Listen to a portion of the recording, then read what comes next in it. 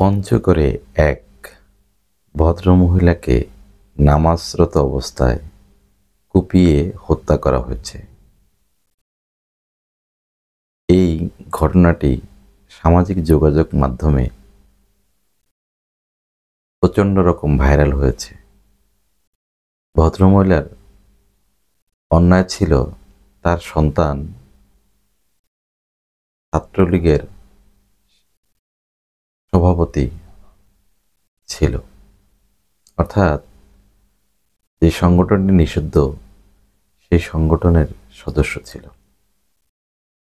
ছাত্রলীগের সেই সভাপতিকে না পেয়ে ভদ্রমহিলাকে নৃশংসভাবে কুপিয়ে হত্যা করে কিছু দুর্বৃত্তরা।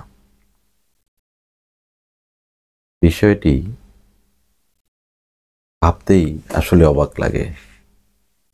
একটি দেশে কিভাবে একজন অপরাধী, সে যদি অপরাধ করেও থাকে, আইনের মাধ্যমে তার সাজা হতে পারে, তাই বলে তাকে না পেয়ে তার বাসায় এরকম নগ্ন হামলা চালিয়ে নামাজরত অবস্থায় তার মাকে হত্যা করা আসলে এটি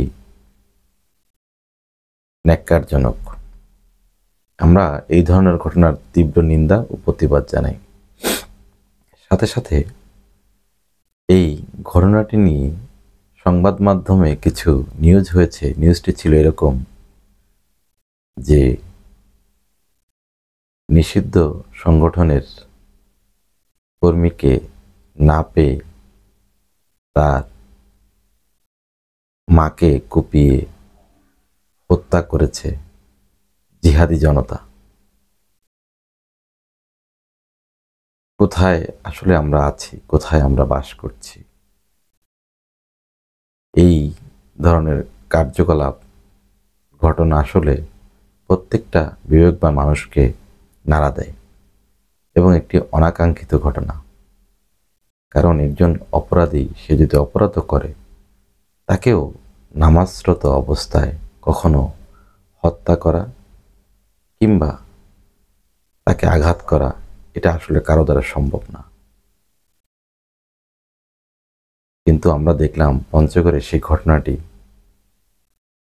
ঘটেছে এবং সেই ভদ্রমহিলা মৃত্যুবরণ করেছে।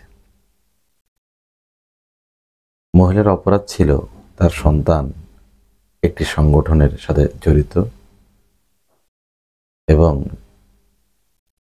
সেই সন্তান ঘরে ছিল না, তাকে না পেয়ে ওই ভদ্রমহিলাকে কুপিয়ে হত্যা করেছে। নিশ্চয়ই সরকার এর আইনগত ব্যবস্থা নিয়ে অতি শীঘ্রই খুনিদেরকে আইনের আওতায় নিয়ে আসবে এবং আমরা চাইব এই ধরনের ঘটনার যেন পুনরাবৃত্তি আর না ঘটে। কারণ মানুষ তার সব কিছু হারিয়ে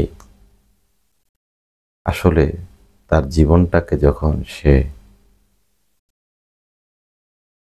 ধারণ করে বেঁচে থাকার অবলম্বন খুঁজে, সেই মানুষের কাছে মৃত্যুটা আসলে সবসময় অনাকাঙ্ক্ষিত থাকে। তেমনি করে এই ভদ্রমহিলা আসলে চায়নি তার মৃত্যু এভাবে হোক এবং এটি আসলেই আমাদের জন্য একটি সুখকর বিষয় নয় এবং সেটি সবার জন্যই প্রযোজ্য। ধন্যবাদ।